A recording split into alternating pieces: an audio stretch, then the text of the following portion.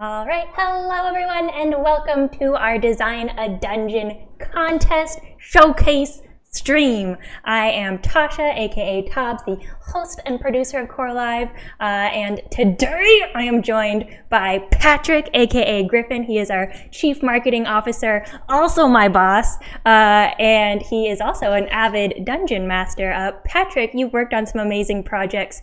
Care to share some of the titles you've put out? Yeah, I've been in the game industry for a long, long time. As old as my daughter, who's in graduate school. Um, so I've had a chance to work on all sorts of games. I started in the game industry at Maxis, which is best known for games like SimCity and The Sims. I Also think I've heard Spore. of them. So those are some of the games, but also worked at EA on Mass Effect and Dragon Age. Worked on the original Dragon Age Origins and Mass Wait, Effect what 2. the heck? I didn't know that. But yes, and Star Wars: The Old Republic, Okay, big cool. MMO. So some of my RPG experiences, but yeah, lots of games. Awesome. I feel like maybe every time you come on, you'll just have a new title that happens There to would be it one of would my be favorite easy for me to games. do that.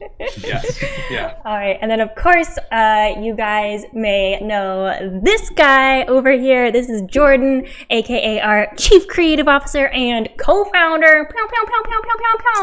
Hi. Well, thanks for having me on. Of course. Thanks, Tasha. So you've also worked on some incredible titles.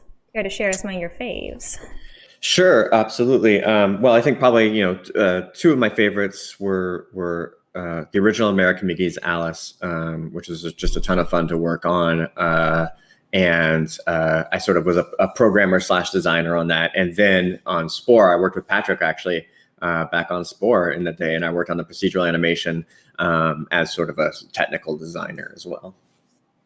Spore actually gets brought up a lot in our Discord as they're like, oh, what if you did something cool like this very specific feature from Spore? And I'm like, oh dang. If only you knew.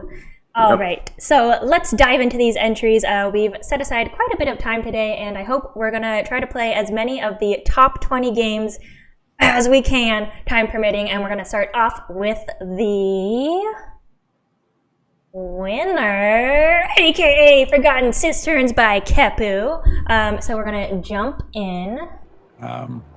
This was his first big 3D project. So. That is insane because it looks so good. So let's see. So if we walk up to Quartermaster Bridget, hello there. Welcome to the local guild hall of the Heroes Guild. I'm Quartermaster Bridget, who might you be? And I can say my name. Uh-oh, I'm in a different version than you. I think we are in. Yeah, I think we are in. Mismatched on the website and the client. That was my B. All right.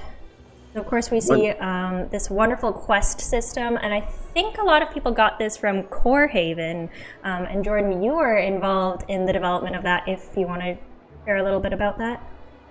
Yeah, for sure. So Core Haven is, of course, the hub world that we've put together to highlight all the winners of the contest through the portal system. It's also got some other purposes, which we will be revealing later. You may notice there are some docks in Core Haven, but there is no ship yet. So yeah, that's going to be super exciting when it comes along. One thing I wanted to say about Forgotten Cisterns, and I'm going to actually share my desktop here on my screen. So if you look at my little window, and you see my desktop. Oh, dang. This, yeah, so it's a little bit small, but it's okay. Let me see if I can get that. You don't have to make my window bigger, it's fine.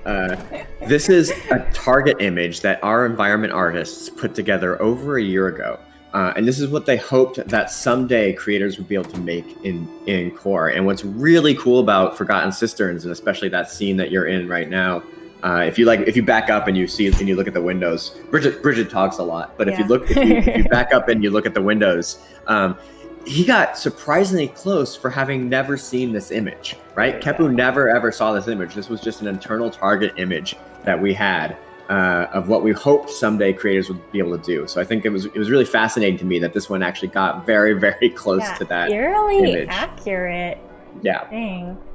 All right, so if you guys missed the text while I was breezing through my conversation with Bridget, we have been tasked with our first quest to check out the cisterns, which are kind of draining funky.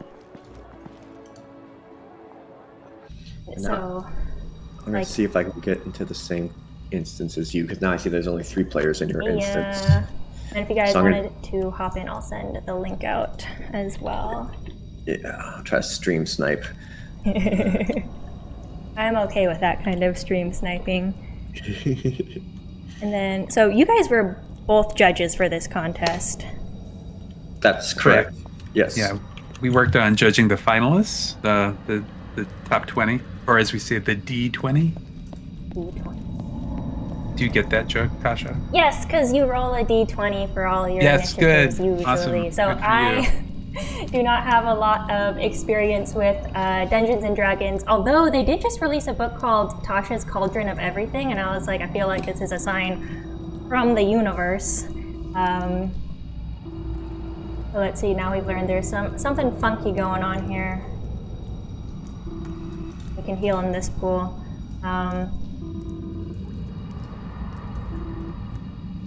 Thank you, Wandering Healer. So the entries were judged on aesthetics, experiential appeal, and then overall impression. I'm curious what you guys liked or thought this level did well. Yeah, absolutely. So, I mean, this game did a lot of the things well. Obviously, the graphics, like obviously the environment, but the quest system, the fully thought out quest system, the sort of leveling. I mean, this game sort of had everything, and it had an end boss, which you actually had to like level up in order to beat and have a full party. So it sort of had a little bit of everything, and it did it all really well. And I was just really impressed with the lighting, and especially the lighting. Kepu's lighting is really great. They did a nice thing. Kepa did a nice thing where when you get towards the end and you're fighting the boss, you don't actually have to keep running through the cisterns. There's a little sneaky place over on the right where there's a knockdown. Yeah, right there. Yeah. Which I didn't notice until I was actually fighting the boss, and the way he's laid out the map, you don't really discover this secret passage until you get towards the end. It's just a nice little clever bit of level building. Yeah, I noticed that as well and really liked it. So this is a little after the area we were just in, and you can head down here. So this will take you back to the healing fountain, which I really liked because it gives you a break before the boss. And then I think down here, going down here. Good. Oh no. It's through this way. Aw, heck. And some of the games that we played through the D&D contest were very much fighting games. Mm-hmm. And we were looking for some games that had a mixture of magic and fighting, and this one has a nice combination of both. Yeah, and then you can also, after you've leveled up a bit, you can return to your new guildmate, Bridget, and she'll let you know about the armory, and there's different weapons you can buy as well for money, and they have level requirements, which is pretty dang neat. Okay.